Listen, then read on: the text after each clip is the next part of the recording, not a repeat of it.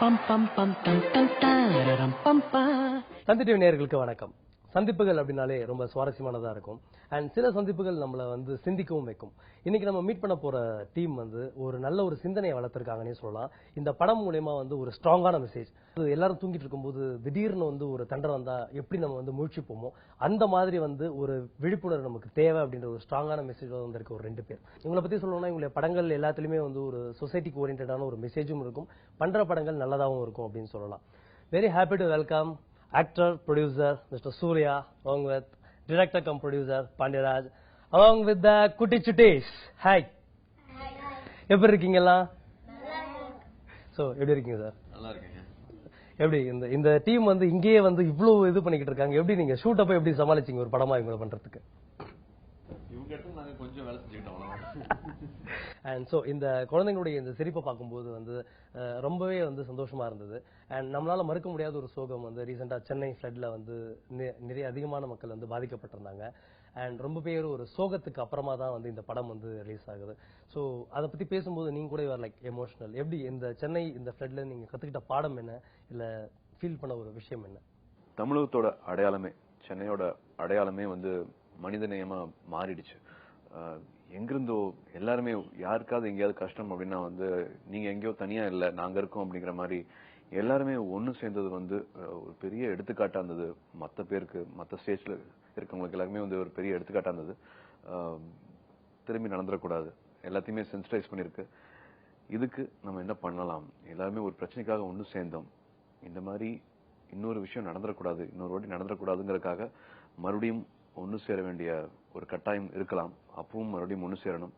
இந்த மாதிரி ஒரு நிகழ்வு நடக்காம நம்ம தான் பாத்துக்கணும். அண்ட் ஆக்டர்ஸ் பங்கு வந்து மிகப்பெரிய அளவுல தீவிரமா இருந்தது. ஆக்டர்ஸ், டைரக்டர்ஸ் எல்லாருமே வந்து இதுல மிகப்பெரிய அளவுல வந்து இறங்கி வேலை செஞ்சாங்க. நான் வந்து I was able to witness கார்த்தியெல்லாம் வந்து ட்ரௌசர் போட்டு வாரக்கணக்கில் வந்து அங்கேயே இருந்து பண்ணிட்டு இருந்தாரு. அண்ட் ஆல் ஆக்டர்ஸ், நான் மெயினா கார்த்தின்னு சொல்றது நீங்க வீட்டுல இருக்கும்போது அதான் மீடியால நம்ம இருக்கறனால வந்து நம்மளோட முகம் தெரியுது, பேர் தெரியுது. முகம் பேர் தெரியாத அத்தனை ரியல் ஹீரோஸ் வந்து தண்ணிக்குள்ள இருந்திருக்காங்க. நான் அடிக்கடி பேர் நான் எடுத்து சொல்லியே ஆகணும்.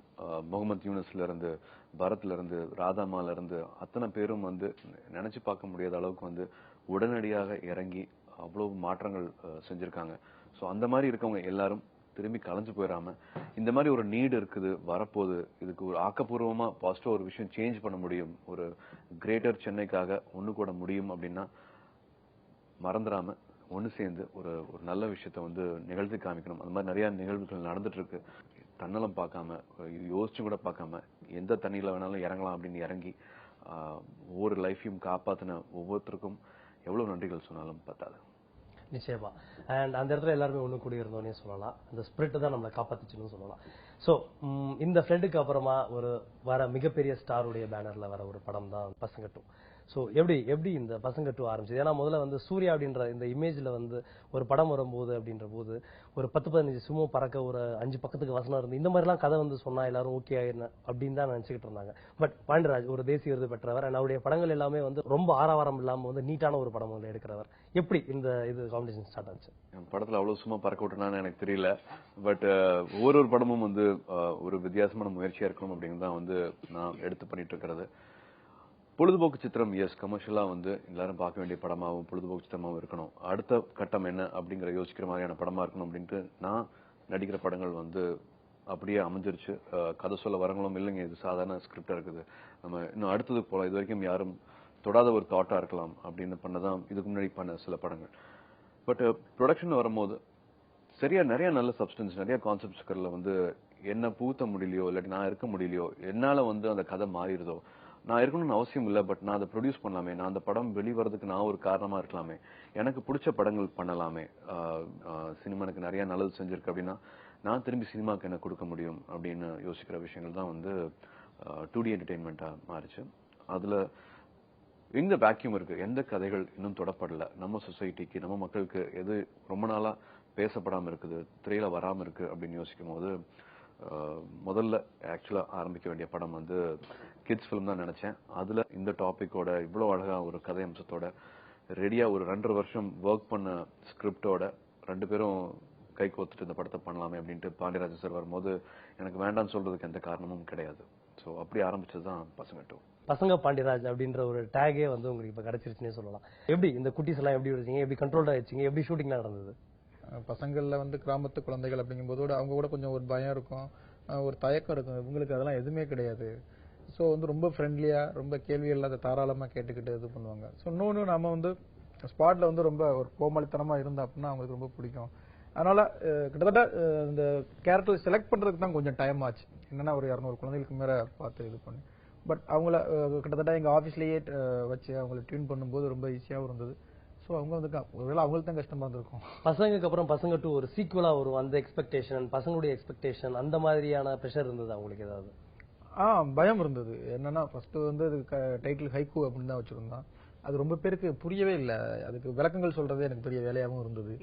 இன்னொன்று அப்புறம் டாக்ஸ் ஃப்ரீ அந்த இதெல்லாம் இருந்துச்சு. ஏன்னா இந்த படத்துக்கு வந்து அது எல்லாமே இருந்து வரி சலுகைலாம் இருந்தா தான் ரொம்ப ஈஸியா இருக்கும் அப்படின்னு. சரி என்ன யோசிக்கலாம் அப்படின்னா நிரம்ப டைட்டில் எல்லாருமே உட்காந்து யோசிச்சு பார்த்தோம். குட்டி குழந்தை, சுட்டி குழந்தை, கவிதை, குட்டி கவிதை அப்படிலாம் என்னென்னமோ யோசிச்சு பார்த்தோம். அம்புலிமாமா ரேஞ்சில் எல்லாம் யோசிச்சு பார்த்தோம். பட் எதுவுமே வந்து ஒரு கமர்ஷியல் வேல்யூ தேவைப்படுது. ஒரு டைட்டில் அப்படின்னா ஒரு ரீச் பண்றதுக்கு வந்து அப்ப ஒரு போற போக்கில் பேசாம பசங்க 2 வச்சிடலாமா அப்படின்னு தான் ஆரம்பிச்சேன். ஓகே அதே வச்சிடலாமே பிடிச்சிட்டாங்க ஞானவேல் சார் எல்லாருமே. ஓகே, சோ உங்களுடைய ஹீரோஸ் இன்ட்ரோடியூஸ் பண்ணுங்க. கவின், ஹாய். ஆருஸ், நயனா, காமாட்சி. கமாச்சி, ஆமா. நீங்க தான் நிறைய கம்ப்ளைண்ட் எல்லாம் பண்ணீங்கல்ல, சூர்யா அங்கிள் வந்து உங்களை பாத்துக்க மாட்டாரு, உங்களுக்கு வந்து சாக்லேட் வாங்கி தர மாட்டாரு, ஐஸ்கிரீம் வாங்கி தர மாட்டாரு. அப்படியே தானே? இதுல சொன்னல என்ன சிக்கியோட சொன்னாரா, மாட்டிட சொன்னாரா ஏதாவது சொல்லி? இல்ல என்ன கேள்வி வேணாலும் கேட்கணும், அப்பதான் சொல்லுது அவரே சரி கொடுத்தாரு. தனியா குசு குசுன்னு பேசினாரு அவங்ககிட்ட கேமரா முன்னாடி வரதுக்கு முன்னாடி? சரி ஓகே ஓகே. சரி நீங்க என்ன பண்றீங்க படத்துல, எப்படி என்ஜாய் பண்ணீங்க உங்க ரோல படத்துல? ஓரளவுக்கு பரவாயில்ல, ரொம்பவும் என்ஜாய் பண்ணேன். ஓரளவுக்கு பரவாயில்லையா? ஒரு பாட்டி மாதிரி பேசுங்க விட்டா. படம் பார்க்கும்போது கேக்குறீங்களா? படம் பார்க்கும்போது கொஞ்சமா அழுந்த, கொஞ்சமா சிரிச்சேன். நிறைய சிரிச்சேன், கொஞ்சமா அழுந்தேன். படம் பண்ணும்போது ஜாலியா இருந்துச்சு. ஜாலியா இருந்ததா? படம் பண்ணும்போது கொஞ்சமா அழுது, கொஞ்சமா சிரிச்சு நிறைய அழுத. சரி, படத்துல இந்த டைரக்டர் வந்து சொன்னாரா இதெல்லாம் இன்னும் திட்டாரா படத்துல? சூர்யாங்க உனக்கு கிடைச்ச சாக்லேட் எல்லாம் இது வரல கம்ப்ளைண்ட் பண்ணல நீ இன்னைக்கு? சாக்லேட்ல நான் எப்ப கம்ப்ளைண்ட் பண்ணேன்? அன்னைக்கு பிரஸ் மீட்ல நீங்க வரவே இல்லையே, அப்ப எப்படி நாங்க ஆள் வச்சிருக்கோம்ல. சோ நீங்க என்ன பண்றீங்க படத்துல? என் பேரு படத்துல நயனா. நான் வந்து கார்த்திக் அங்கிளுக்கும் பிந்து மாதவி ஆண்டிக்கும் பொண்ணா நடிச்சிருக்கேன். படம் பண்ணும்போது பாண்டியராஜ் சார் சொன்ன மாதிரி கொஞ்சம் சிரிச்சா நிறைய படம் பார்க்கும்போது நிறைய சிரிச்சா கொஞ்சம். வீட்டுல அப்பா அம்மா பாத்துட்டு என்ன சொன்னாங்க படத்தை? நல்லா சூப்பரா இருக்கு சொன்னாங்க. ஆனா என்ன நிறைய என்கரேஜ் பண்ணல படம் நடிக்க. ஓ, ஆரம்பத்தை என்கரேஜ் பண்ணலையா? அப்புறம் இப்ப படம் பார்த்ததுக்கு அப்புறமா இப்பயும் இல்லையா? நானும் என்கரேஜ் என்ன பண்ணிக்க மாட்டேன், எதிர்பார்க்க மாட்டேன். ஓ சூப்பர் சூப்பர். அடுத்து ஹீரோ நீங்க? என் பேர் நிஷேஷ். படத்துல என் பேர் கவின்.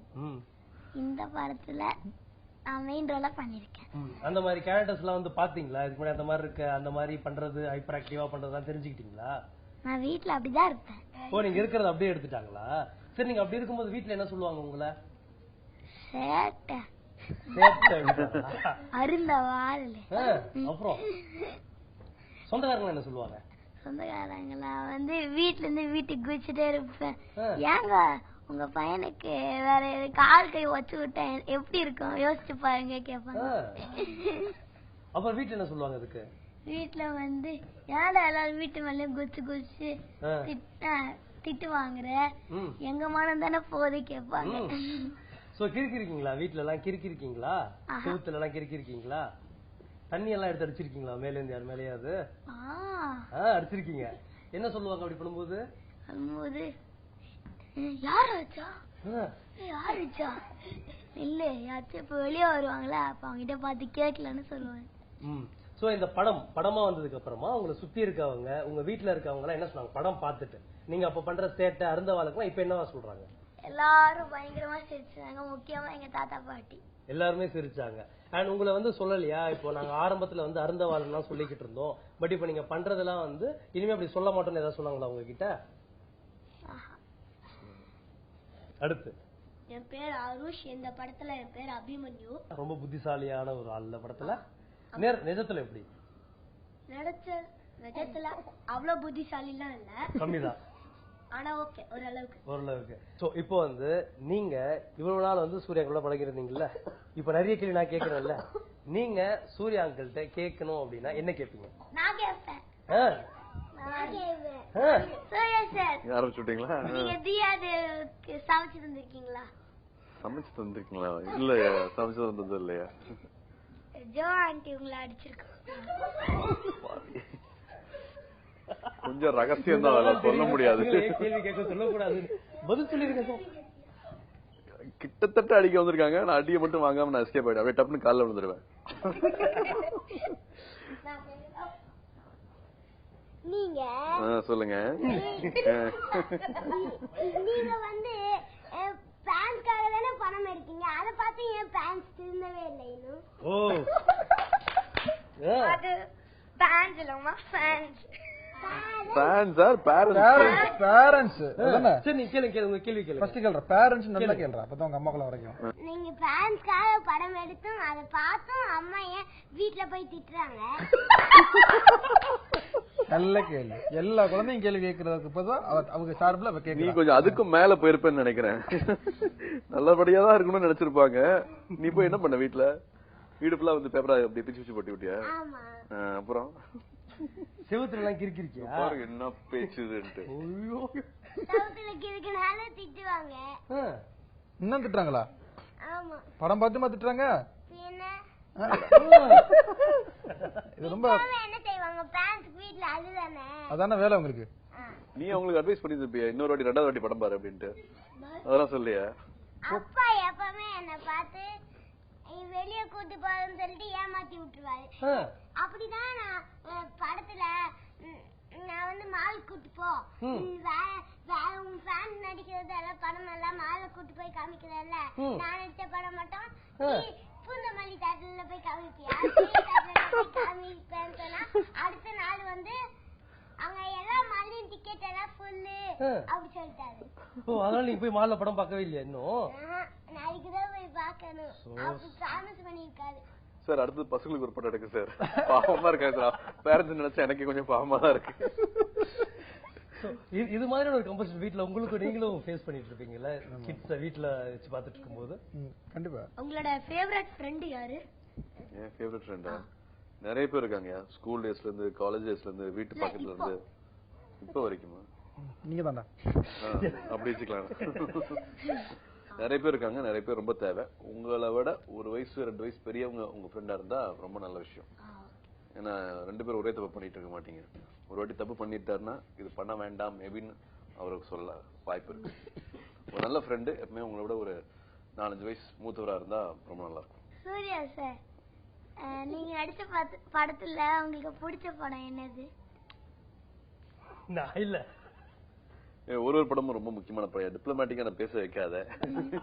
இப்போ ரொம்ப நிறைய சந்தோஷம் கொடுத்துருக்க படம் வந்து உங்க படம். உங்களுக்கு பிடிச்ச சாங் என்ன நீங்க நடிச்ச படத்துல? நீ ஏன்டி விட்டுக்கிற நீ? சரி கடையை மூடிடலாமா? மூடிடலாமா? ஓகே. சோ இந்த படம் வந்து இந்த மாதிரி ஒரு ஃபேவ்ல இருக்கும்போது, இப்போ இங்க சொல்ற நிறைய விஷயங்கள் பார்க்கும்போது இது பசங்கள் தாண்டி வந்து பேரண்ட்ஸ் அவங்களுக்கு ரொம்ப முக்கியமான ஒரு படமா தான் இருந்துகிட்டு இருக்கு. அண்ட் பேரண்ட்ஸ்க்கான ஒரு படமா தான் இருந்துகிட்டு இருக்கு. அண்ட் இது நீங்க கான்சியஸ் எஃபர்ட்டா இருந்தீங்களா? பேரண்ட்ஸ் தான் நம்ம டார்கெட் பண்ணி பண்ணணும் குழந்தைங்களுடைய இதுக்குன்னு. கண்டிப்பா. இதான் இது குழந்தைகள் படமா அப்படின்னா இது குழந்தைகளை பற்றிய படம். அப்ப யாரு பார்க்க வேண்டிய படம் அப்படின்னா பேரண்ட்ஸ் அப்படிங்கிறது. இன்னொன்னும் குழந்தைகளுக்கு பிடிச்ச விஷயங்களையும் ரொம்ப வச்சிருக்கோம். குழந்தைகள் தேட்டருக்கு வரதுனாவே பேரண்ட்ஸ் கண்டிப்பா வந்துதான் ஆகணும். கண்டிப்பா அதுக்கான அவங்களுக்கான விஷயங்கள் ரொம்ப இருக்கும் அப்படிங்கிற இதுவும் இது பண்ணோம். அதுதான் எல்லாத்துக்குமான விஷயங்கள் இதுக்குள்ள இருக்கணும் அப்படிங்கிற ஒரு இதுக்கு தான் பிளானிங். அது கரெக்டா கண்டிப்பா ரீச் ஆயிருக்குன்னு தான் சொல்லணும். அண்ட் சோ இந்த படம்ல வந்து இந்த குழந்தைகள் கிட்ட பேசினது அப்படிங்கறத தாண்டி வந்து இன்னும் இது வந்து உளவியல் ரீதியாகவும் இன்னும் ஒரு எஜுகேஷனிஸ்டோட இந்த படங்களை வந்து வெவ்வேறு தளத்துல வந்து பேசணும் அப்படின்னு நினைக்கிறோம். அண்ட் குட்டீஸ் சட்டா தேங்க்யூ நீங்க வந்ததுக்கு. முதல்ல வந்து நீங்க வந்ததுக்கு வந்து மிக்க நன்றி. ஏன்னா வந்து நீங்க இது வரைக்கும் எந்த நிகழ்ச்சியிலும் வந்தது கிடையாது, கூப்பிட்டும் கூட ரிவ்யூவை தாண்டி. இந்த நிகழ்ச்சி கூப்பிட்டோன்னே நீங்க முதல்ல வரலாம் அப்படின்ற அந்த கான்பிடன்ஸ், முதல்ல உங்க அந்த முனைப்பு ஏன் இருந்தது? ரெண்டு பேருடைய இந்த படம் மக்களிடையே விட குழந்தைகளிடையே மிகப்பெரிய ஒரு தாக்கத்தை ஏற்படுத்தியிருக்கு அப்படிங்கறத படம் பார்க்க திரையரங்கத்துக்கு நம்ம ஜட்ஜஸ் சொல்ல போறப்போ வெவ்வேறு திரையரங்குகளில் பாக்குறப்போ நாங்க அந்த பல்ச பிடிச்சோம். இந்த ஒரு இடத்துல அதுக்கான ஹானரை நான் கொடுக்கணும் அப்படிங்கறது இந்த சொசைட்டில இருக்கிற என்னுடைய பார்ட் அப்படின்னு நான் நினைக்கிறேன். அதுக்காக நான் ஒரு இயக்குனர், ஒரு நடிகர் அப்படின்ற சரவண சுப்பையாவை கடந்து ஒரு பேரண்டா நீங்க இந்த படத்தை வந்து எப்படி ரசிச்சீங்க? அண்ட் உங்களுக்கு எந்த விஷயம் வந்து இந்த படத்துல வந்து ஸ்ட்ரைக் பண்ணுச்சு, இப்படி எல்லாம் கூட இருக்கு அப்படின்ற அந்த எண்ணம் எங்க வந்தது? ஒரு 3 விஷயங்கள் குறிப்பிட்டு சொல்லலாம் சதீஷ். ரொம்ப நாளைக்கு அப்புறம் தமிழ் சினிமாவில் வந்து ஸ்மோக் பண்ணாதீங்க, ட்ரிங்க் பண்ணாதீங்கன்ற ஒரு விளம்பரமே பயன்படுத்தாமல் வந்திருக்கக்கூடிய ஒரு படம். ரொம்ப நாளைக்கு அப்புறம் வந்து குழந்தைங்க எல்லாம் வந்து தியேட்டர்ல கைத்தட்டி நிறைய படங்கள் பார்த்திருக்கோம். கைத்தட்டிட்டு பக்கத்தில் இருக்க பேரண்ட்ஸ பாத்தில உனக்காக தான் அந்த படம் அப்படிங்கிற ஒரு விஷயத்தை எடுத்து சொல்லி இருக்கிற ஒரு படம். நீண்ட இடைவெளிக்கு அப்புறம் தமிழ் சினிமாவில் மறுபடியும் கலாச்சாரத்தை பதிவு செய்யும் ஒரு மிகப்பெரிய முயற்சி. இதை வந்து இன்னைக்கு ஒரு மாஸ் ஹீரோவா இருக்கிற ஒருத்தரும் ஒரு பெரிய பெரிய ஹீரோக்களோட ஒரு பண்ணி சமகாலத்துல சிலம்பரசனோட ஒரு படத்தை டைரக்ட் பண்ணிட்டு இருக்கிறப்ப இப்படி ஒரு அட்டம்ப்ட கொடுத்திருக்க பாண்டியராஜ், இவங்க 2 பேருடைய அட்டம்ப்ட் மேலையும் எங்களுக்கு ஒரு மிகப்பெரிய மரியாதை என்டையர் டீமுக்கே வந்துருச்சு. அதை விஷ் பண்ணணும்னு நினைக்கிறேன். ரொம்ப சந்தோஷமா இருக்கு. வெளியிலிருந்து பார்க்கும்போதை விட ஒரு கிரிட்டிக்கா நீங்க வந்து இவ்வளவு விஷயங்கள் வந்து சப்போர்ட்டிவா பேசுறது வந்து நிச்சயமாக வந்து எனக்கு அவ்வளவு பாசிட்டிவ் வைப்ரேஷன் கொடுக்குது. எனக்கு அதான் நீங்க சொன்ன மாதிரி இத்தனை நாள் ஆயிடுச்சு. நான் பண்ணிட்டு படங்கள்ல வந்து என்டர்டெயின்மெண்ட் சம்பந்தமான படங்களா இருக்கு. பட் ப்ரொடக்ஷன் வரும்போது வந்து எனக்கு ஜோ சொன்ன விஷயம், சினிமா உனக்கு நிறைய கொடுத்துருக்குது, நீ திரும்பி சினிமாக்கு என்ன கொடுக்க போறேன்னு பாரு, லெட் இட் பி இந்த மாதிரியான படங்களா இருக்கட்டும் அப்படின்ட்டு ஆரம்பிச்ச ஒரு தாட் தான் 2D என்டர்டெயின்மெண்ட். அதுக்கு ரொம்ப சந்தோஷமா ஃபர்ஸ்ட் படமாவே வந்து பாண்டியராஜன் சார் கூட சேர்ந்து பண்ற படம் தான் ஃபர்ஸ்ட் படமாக இருக்க வேண்டியது, குழந்தைகள் படமா இருக்க வேண்டியது. ஒரு 50 கதைகள் கேட்டு அதுக்கு பின்னர் வந்து நீங்க அது ஒரு கிளை கதை, அது ஒரு தனியா இருக்குது. இல்ல பட் மூவி வந்து ஒரு தாக்கத்தை ஏற்படுத்த முடியும் அப்படிங்கறதுக்கு வந்து எல்லாருமே நம்ம வாழ்க்கையில வந்து சின்னதா ஆல்டர் பண்ணிருப்போம். சினிமாவை பார்த்துக்கிட்டு சினிமால இருந்து கத்துக்கிட்டு சில விஷயங்கள் கண்டிப்பாக ஆல்டர் பண்ணிருப்போம். சஞ்சய் ராமசாமி வந்து கஜினில சொன்ன ஒரு வரி வந்து இப்ப வரைக்கும் ஒரு நண்பர் ஒருத்தர் பார்த்துட்டு, நான் வந்து ஒரு வெயிட்டரா இருந்தாரு, இப்ப ஒரு மேனேஜரா இருக்கிறாரு, சார் நீங்க அந்த கஜினில சொன்ன டயலாக் தான் சார் எனக்கு இன்ஸ்பிரேஷன். சோ சினிமாங்கிறது வந்து ரொம்ப ஸ்ட்ராங்கான மீடியம். நம்ம சொசைட்டிக்கு இதுல இருந்து நம்ம என்ன கொடுக்க முடியும் அப்படின்னு பார்க்கும்போது இந்த கதை ரொம்ப ரொம்ப ஆப்டான கதையா இருந்தது. சென்னையில எல்லா சிட்டிலையும் நடக்கக்கூடிய விஷயம், அதுவும் குழந்தைங்களை பத்தினது, ஃபவுண்டேஷன், அந்த ரொம்ப ப்ரெஷியஸ் அந்த மழலைங்க வந்து ரொம்ப முக்கியமான ஒரு காலகட்டம். அதுல குழப்பம் இல்லாம இருக்கலாமே, எவ்வளவு தெளிவா இருக்கலாம், நம்மள எவ்வளவு தெளிவு பண்ணிக்கலாம் அப்படின்னு பார்க்கும்போது இந்த கதையில அதுக்கான எல்லாமே இருந்தது. ஒரு படத்துல எல்லாமே அமையறது ரொம்ப கஷ்டம். அப்படி ஒரு கதையை வந்து சார் எடுத்திருந்தாரு. சோ அது பண்றதுல அதுல கொஞ்சம் நடிக்கிறது வந்து எனக்கு ரொம்ப சந்தோஷம் கொடுத்தது. எனக்கு இப்போ இன்னும் நல்ல பேர் கொடுத்துருக்குன்னு சொல்லுவேன் நான். அண்ட் பாண்டியராஜ் தான் கேட்கணும். அதை கதை சொல்லும் போது யோசிச்சிங்களா, இவர் வந்து நமக்கு சரியான பிளாட்ஃபார்மா இருப்பாரா அப்படின்ற எண்ணம் இருந்ததா? முதல்ல ஆப்ஷனே கிடையாது எனக்கு. நான் வந்து வேற யார்ட்டையோ மூவ் பண்ணிட்டு கிடைக்காம வரட்ட போனேன் அப்படின்னு கிடையாது. ஃபர்ஸ்ட் ஆப்ஷனும் அதுதான், லாஸ்ட் ஆப்ஷனும் அதுதான். சூர்யா அப்படிங்கிற அந்த அகரம் ஃபவுண்டேஷன் எல்லாம் சேர்ந்ததுதான். அதுல எல்லா ஹீரோக்களும் வந்து மாஸ் பண்ணலாம், ஆனா மாசும் பண்ணி கிளாஸும் பண்றது ஒரு சில நடத்த முடியும். அதுல ஒரு ஆள் சூர்யா சார். அதுதான் இது கிளாஸ். மாஸ் சிங்கமும் பண்ண முடியும், இந்த மாதிரி இதுல கேரக்டராகவும் பண்ண முடியும் அப்படிங்கிறது. இதை வேற யாருமே இந்த இடத்துல உட்கார வச்சு நீங்க பாத்தீங்கன்னா யாருமே உட்கார மாட்டாங்க. கமல் சார் உட்காருவார், அதுக்கப்புறம் பார்த்தோம்னா சூர்யா சார் தான் உட்காருவார். இங்க வேற யாருமே இதுவா இருக்கும். ஸோ கதையை சொன்னேன், ரொம்ப நல்லா இருக்கு பண்ணுவோம் அப்படின்னாரு. சார் அந்த கேரக்டர் உங்களால பண்ண முடியுமா? அப்ப நீங்க பார்க்கும்போது இன்னும் கேரக்டர் ரொம்ப சின்ன இதுவா தான் இருந்தது. உடனே அவர் யோசிக்க கூட இல்லை. எத்தனை நாள் சார் தேவைப்படுதுன்னு சொன்னார். ஒரு 5 நாள் தேவைப்படும் சார், 4 நாள் 5 நாள் தேவைப்படும் அப்படின்னு சொன்னா.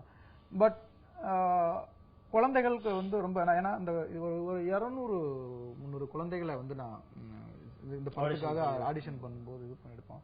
அப்ப வந்து சும்மா பேசுறதுக்காக கேட்போம், உனக்கு பிடிச்ச ஹீரோ யாரு, பிடிச்ச ஹீரோயின் யாரு அப்படின்னு கேட்கும்போது குழந்தைகளுக்கு பிடிச்ச ஒரு ஹீரோ அப்படிங்கறதையும் நான் இங்க தெரிஞ்சுக்கிட்டேன். சோ அந்த குழந்தைகளுக்கு சூர்யா என்ன பண்றாரு அப்படிங்கிற ஒரு கேள்வி இருக்குல்ல, நான் நடிக்கிறேன்னு சொன்னதுக்கு அதுக்கப்புறம் தான் இதுக்குள்ள டைனோசர் மாதிரி அந்த மிமிக் மைம் பண்றது மாதிரி சின்ன சின்ன விஷயங்கள் அது ஃபர்ஸ்ட் ஸ்கிரிப்டுக்குள்ள இல்ல. பட் எதிர்பார்த்து வர்ற குழந்தைகளுக்கு ஃபேன்ஸுக்கான வைக்கவே இல்லை. ஏன்னா ஃபேன்ஸுக்கு தெரியும் சாரி வந்து எதுக்காக எப்படி பண்ணுவார். அந்த குழந்தைகளுக்கு பிடிச்ச விஷயங்கள்லாம் தான். அப்புறம் அதெல்லாம் ஷூட்டிங் ஸ்டார்ட் பண்ற டயத்துல தான் வந்து 2 நாளைக்கு முன்னால தான் சார் இதெல்லாம் பண்ணும்போது, சார் என்ன சார் திடீர்னு சொல்றீங்க அப்படிங்கிற ஒரு இது.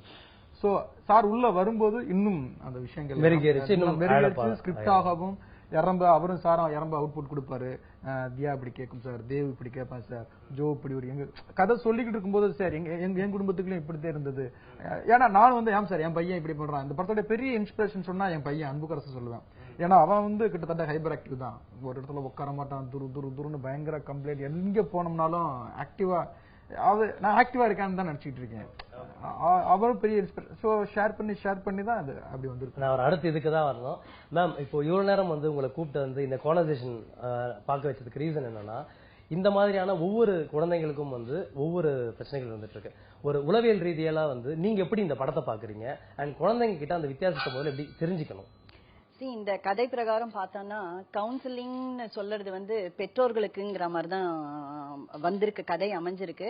உண்மையில என்னோட பிராக்டிஸ்லயும் அப்படிதான் நடந்துட்டு இருக்கு. மோஸ்ட் ஆஃப் த டைம் பையன் ரொம்ப யோசிச்சிங்கனாக்க ஜெண்டர்ல பார்த்தோம்னாக்கா ஆண் பிள்ளைகளுக்கு தான் நிறைய ஹைப்பர் ஆக்டிவிட்டின்னு சொல்லுவாங்க.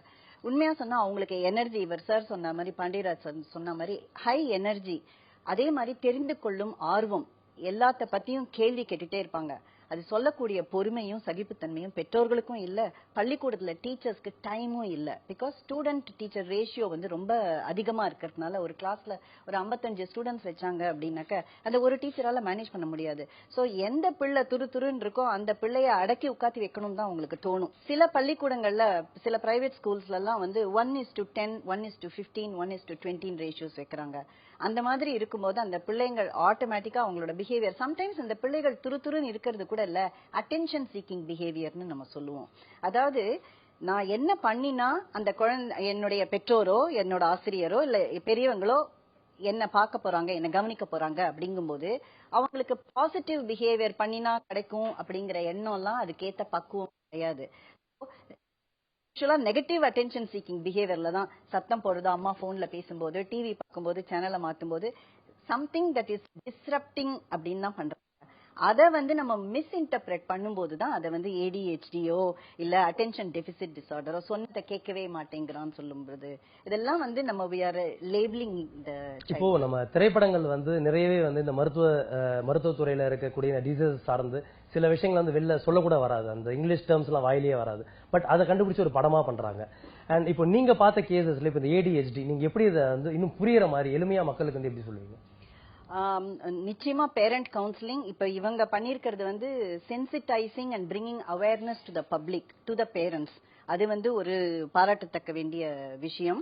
And the secondly is school சிஸ்டம்ல நம்ம எஜுகேட் பண்ணணும் டீச்சர்ஸையும், how to classroom management. இப்ப நாங்க psychologist, we go and address the students also. இப்போ பாண்டியராஜ் சார் சொன்ன மாதிரி உங்களுடைய அன்புக்கரசன் வந்து அந்த ஆக்டிவா இருந்துட்டு இருப்பாரு அப்படின்னு சொல்லியிருந்தீங்க. அதுல இருந்தா கதையே வந்து ஆரம்பிச்சது. நான் கேட்க நினைக்கிறது, இந்த ஆக்டிவான ஸ்டூடெண்ட்ஸையும் இந்த ஹைப்பர் ஆக்டிவா இருக்காங்க அப்படின்ற அந்த மாடுலேஷன் பேரண்ட்ஸ் எப்படி ஈஸியா புரிஞ்சுக்க முடியும்னு நினைக்கிறீங்க? பேரண்ட்ஸ் வந்து நிச்சயமா மற்ற பிள்ளைகளோட கம்பேர் பண்ண கூடாது. இது வந்து ஒரு பிஹேவியரை வச்சு பார்க்கக்கூடிய விஷயம் இல்ல. அந்த குழந்தை என்ன சாப்பிடுறது, என்ன மாதிரி இந்த சாஃப்ட் ட்ரிங்க்ஸ் குடிக்கிறது, சோடா குடிக்கிறது, ஏன்னா அந்த anything that is sugar add பண்ணும்போது அதனோட ஆக்டிவிட்டியும் ஹைப்பர் ஆகும். சுகர் லெவல் ஜாஸ்தி ஆகும்போது சரியா தூக்கம் இல்லாததுனால நிறைய பிள்ளைங்க வந்து பெற்றோர் எப்போ வேலையில இருந்து வராங்களோ அது வரைக்கும் முழிச்சிட்டு இருக்கணும்னு பிள்ளைங்களும் எதிர்பார்க்கும், பெற்றோர்களும் அதை ஆசைப்படுறாங்க. சப்போஸ் அந்த அப்பாவோ அம்மாவோ லேட்டா வரும்போது அந்த பிள்ளை முழிச்சிட்டு இருக்கும்போது அந்த கர்கேடியம் சைக்கிள்னு நம்ம சொல்லுவோம். அதாவது அதனுடைய தூங்குறது, அதனுடைய சாப்பிடுற அந்த பாடி ரித்தம் வந்து மாறும்போது அதனாலயும் ஒரு ஹைப்பர் ஆக்டிவ் வர. சோ ஒரு பெற்றோர் வந்து ஒண்டி வச்சுட்டு அது ஸ்கூல்ல கம்ப்ளைண்ட் பண்ணாங்கன்னு வச்சுட்டு கன்க்ளூட் பண்ண முடியாது. There are so many other factors that need to be taken.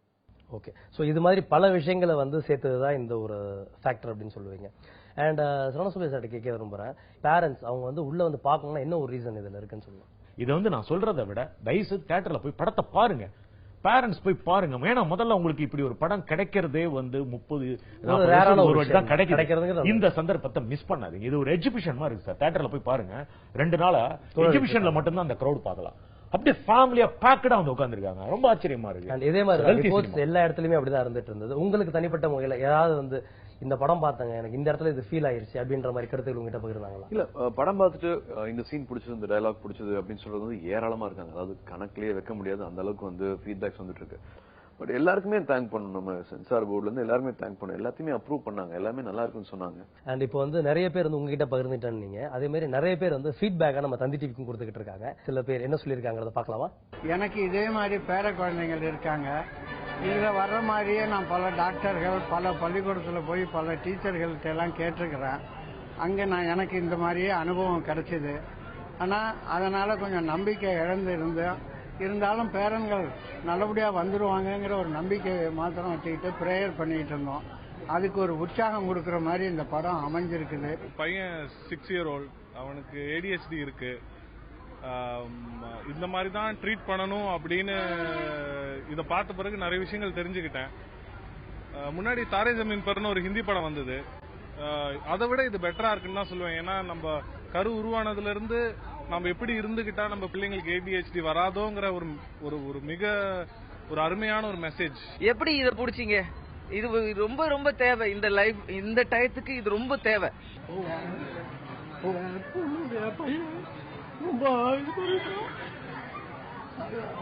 படம் பார்த்துட்டு வளர்ந்துட்டேன். அது வந்து ரொம்ப பண்ணுவான். அந்த குறும்பு பார்த்துட்டு என்னால கட்ட முடியல. அதனால இந்த படம் பார்க்கறவங்க அம்மா அப்பா கண்டிப்பா ஒரு தடவை பார்க்கணும்.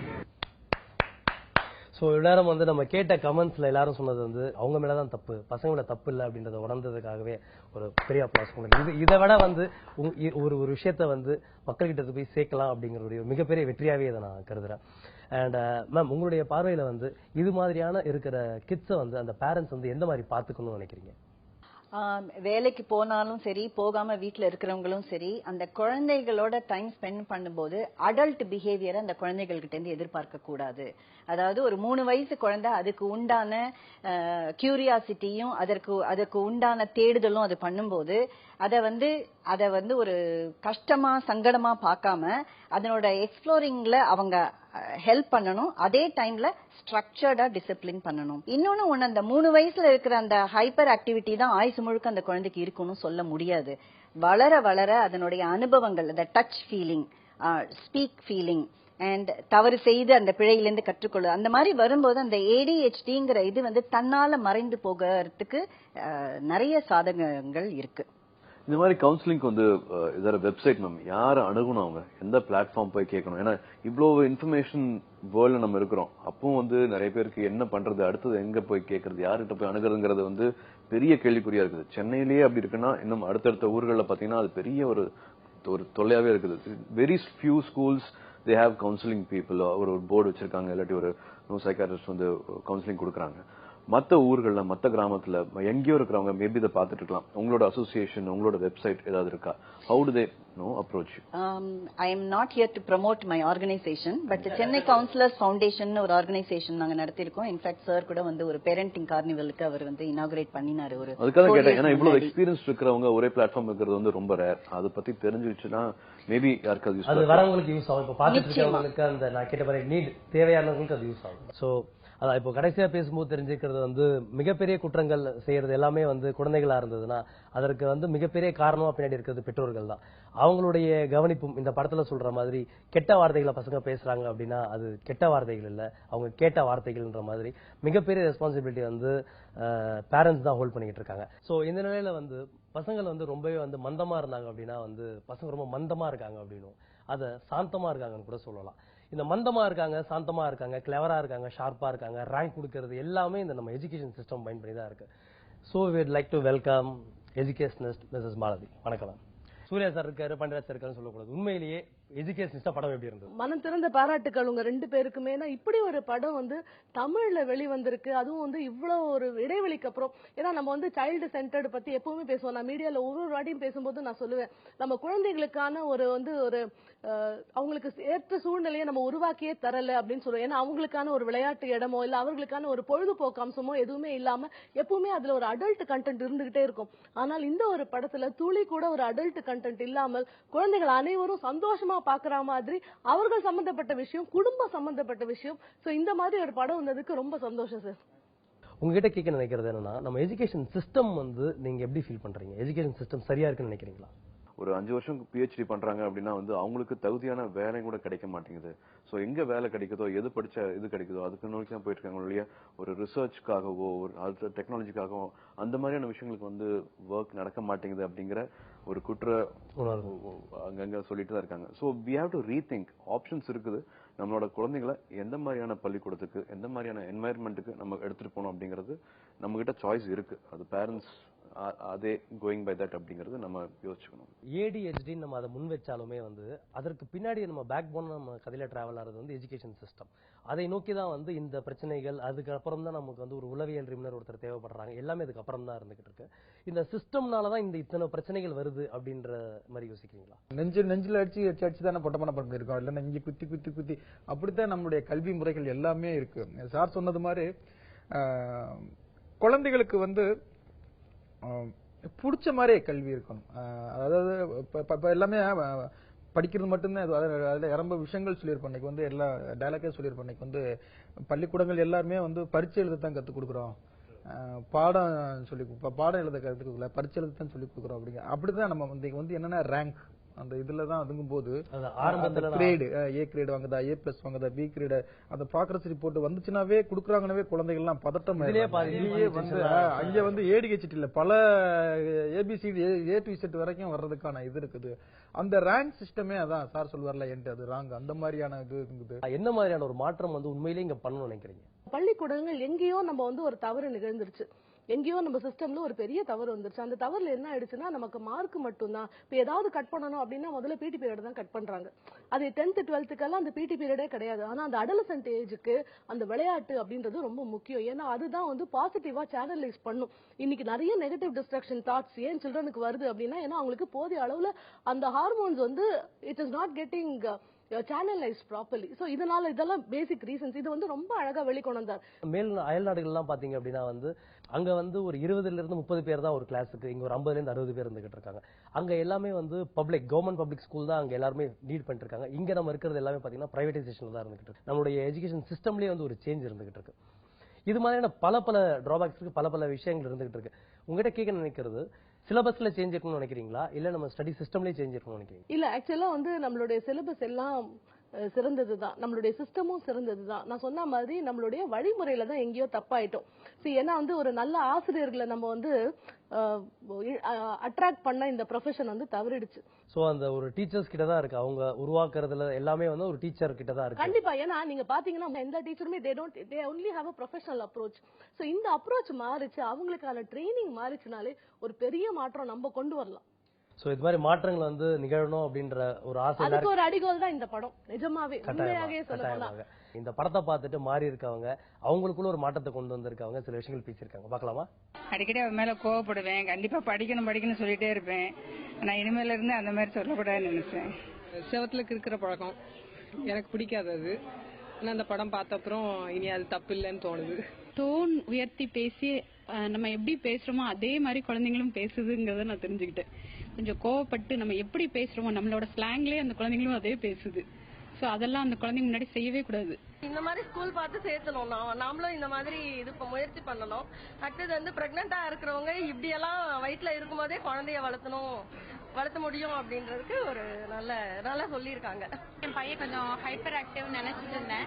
சோஃபார் அவன் நிறைய வீட்டுல வந்து ரொம்ப விஷமம் பண்ணுவான், வீட்டுல செவத்துல கிறுக்கிறது அந்த மாதிரி நிறைய ஆக்டிவிட்டிஸ் அவன்கிட்ட இருக்கு. நான் அதெல்லாம் தப்புன்னு நினைச்சிட்டு இருந்தேன். பட் அந்த எண்ணங்கள் எல்லாம் நான் மாத்திக்கணும்னு இந்த படத்தை பார்த்து ரொம்பவே ஃபீல் பண்றேன். Thank you very much for Surya. குழந்தைங்க எல்லாத்தையுமே வந்து சாதாரணமாவே ஒரு குசும்புத்தனம் இல்ல ஒரு சேட்டை பண்ணாங்கன்னா போய் அடிப்போம். இப்ப வந்து அவங்க என்ன பண்றாங்கன்றத பின்னாடி நின்று நாங்க வாட்ச் பண்ணுவோம். அதுக்குள்ளார அவங்களோட ஆக்டிவிட்டிஸ் எப்படி டெவலப் பண்ணணும் அப்படிங்கிற மாதிரி யோசிப்போம் நாங்க. ஏன்னா சில சமயத்துல சில விஷயங்களை ரெஸ்ட்ரிக்ட் பண்ணுவோம். அந்த ரெஸ்ட்ரிக்ட் பண்றதுக்கு வேஸ்ட் அப்படிங்கறது தொழில், அதை ரெஸ்ட்ரிக்ட் பண்ணாம விடுவோம். சோ சேஞ்சஸ், இந்த மாற்றம் அப்படிங்கிறது வந்து முதல்ல வந்து ஒவ்வொருத்தருக்குள்ளே இருந்தா வரணும். அண்ட் இதை வந்து நீங்க 2 பேர் பண்ணிருக்கீங்க அப்படிங்கறதுல வந்து உங்க பேசுறது இந்த மாதிரி எத்தனையோ பேர் ஃபீல் பண்ணிருப்பாங்க. And hats off to that. பசங்க டூ கட்டாயமா தமிழ்ல வந்து ஒரு நல்ல முயற்சினே சொல்லலாம். அண்ட் கட்டாயமா வந்து பார்க்க வேண்டிய படங்கள்ல இது ஒண்ணுங்கிற மறுக்க முடியாத ஒரு விஷயம் தான் நம்ம ஆடியன்ஸுக்கு.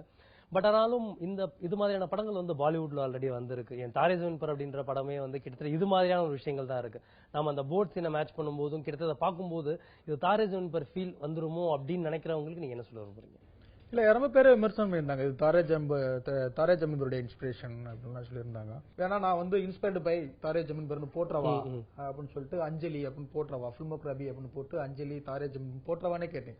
ஒரு இதுவும் கிடையாது, மறைக்கிறதுக்கு ஒண்ணுமே கிடையாது. என்ன தாரே ஜமீன்பருடைய இன்ஸ்பிரேஷன் அப்படின்னா நானே வந்து இன்ஸ்பிரேஷன் போடப்படும். பட் இது பேசின விஷயங்கள், எடுத்துக்கிட்டு இருக்க விஷயங்கள் எல்லாமே வேற.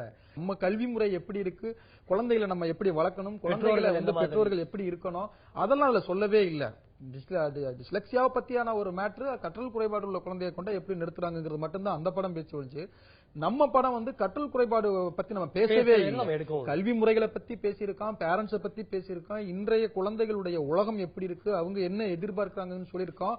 ஃபேமிலி பிளானிங்னா என்ன, குழந்தை பெத்துக்காம இருக்கிற ஒரு விஷயத்தான் ஃபேமிலி பிளானிங் சொல்லுவான். டேய் குழந்தைய பெத்துக்கிறதே ஒரு ஃபேமிலி பிளானிங்னு எவ்வளவு பெரிய ஒரு கண்டென்ட் சொல்லியிருக்கோம். இது எதுவுமே அதுல இல்லாத ஒரு விஷயம். நீங்க வந்து ஸ்கூலிங்ல இருக்கும்போது வந்து இது மாதிரி ஹைப்பர் ஆக்டிவா இருப்பீங்களா இல்ல ரொம்பவே வந்து சாந்தமா அந்த மாதிரி? ரொம்ப சாது, இன்ஃபீரியாரிட்டி காம்ப்ளெக்ஸ் இருக்கு. இதெல்லாமே வந்து நம்ம ADHD பத்தி பேசிட்டு அது டோட்டல் ரிவர்ஸ்.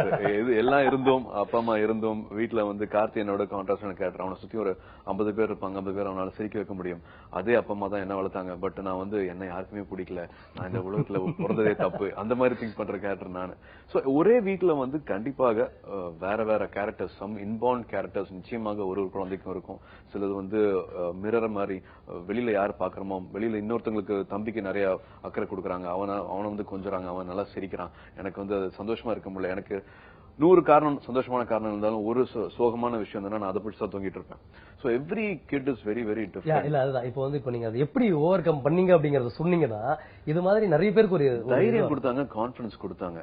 என்ன மீறி வந்து எனக்கு ஒரு நான் ஒர்க் என்வாயர்மெண்ட்ல பத்தி சொல்றேன். என்ன வந்து ஒரு முக்கியமான ஒரு தொழிலுக்கு வந்து என்ன முன்னிறுத்தி நீ போய் பாரு, நீ அந்த ஃபாரினர் கிட்ட பேசு, ஒரு பிரான்ஸ்ல இருந்து ஒரு பையர் வந்தாரு, நீ அந்த ஒரு கன்சைன்மெண்ட் வந்து நீ ஹெட் பண்ணு அப்படின்ட்டு எனக்கு ரெஸ்பான்சிபிலிட்டி கொடுத்தாங்க. அது எனக்கு வந்து பாசிட்டிவிட்டி கொடுத்துச்சு. என் பொண்ணுக்கு வந்து இந்த விஷயம் இருக்கும்போது ஸ்கூல் எல்லாருமே வந்து அதை ஸ்கூல் பிளாக பிடிச்சிட்டு போக வச்சாங்க. திடீர்னு அதுக்கு ரெஸ்பான்சிபிலிட்டி கொடுத்தாங்க, அதை முன்னிறுத்தி வந்து பண்ணாங்க. யோசிச்சுட்டு இருந்த பொண்ணு வந்து மறக்கவே முடியாது, ஸ்கூலுக்கே போக மாட்டேன்னு சொல்லிட்டு இருந்த பொண்ணு முதல் ரோல நின்று டான்ஸ் பண்ணிச்சு, பெர்ஃபார்மன்ஸ் பண்ணிச்சு, கான்பிடன்ஸ் திடீர்னு ஒரு 3 மாசத்துல அப்படியே உல்டாவா மாறிச்சு. So school is also doing a lot, parents are also doing a lot. இது ரெண்டு பேருமே இங்கே ஒரு இடத்துல வந்து சேரணும். ஒருத்தர் பழி சொல்லிட்டு இல்லாம ரெண்டு பேருமே ஒரு இடத்துல சேர வேண்டியது இருக்கு, உணர வேண்டியது இருக்குது. என் பொண்ணுக்கு அப்படி இல்லை, என் பையனுக்கு அப்படி இல்லை அப்படின்ட்டு ஒரு கவுன்சிலரோட ரூமுக்கு போறதை வந்து தவிர்க்காம, மேபி அப்படி இருந்ததுன்னா என்னன்னு பேரண்ட்ஸ் புரிஞ்சுக்கிறதுக்கு வந்து தயாராக இருக்கணும், ரெடியாக இருக்கணும். அதே மாதிரி அவசரப்பட்டு ஒரு பையனுக்கோ பொண்ணுக்கோ இப்படிதான் இருக்குன்னு ஒரு டீச்சர் திணிச்சிடாம ஒரு எக்ஸ்பர்ட் எல்லா ஸ்கூல்லயும் இருந்தா இப்ப ரொம்ப அவசியமா இருக்குது. இந்த ஜெனரேஷனே மாறிட்டு இருக்கு. ஸோ எல்லா ஸ்கூல்லயும் இந்த மாதிரி ஒரு கவுன்சிலிங்க்குன்னு ஒரு டிபார்ட்மெண்ட், ஒரு ஸ்டாஃப் இருந்தாங்கன்னா ரொம்ப ரொம்ப முக்கியம்னு தோணுது. அண்ட் உங்களை தெரிஞ்சவங்க எல்லாருக்குமே தெரியும் நீங்க ஒரு நல்ல பேரண்ட், நீங்க நல்லாவே வந்து டேக் கேர் பண்ணுவீங்க. வீட்ல எல்லாம் ட்ரைனிங், வீட்ல பொண்டாட்டி ட்ரைனிங். யா.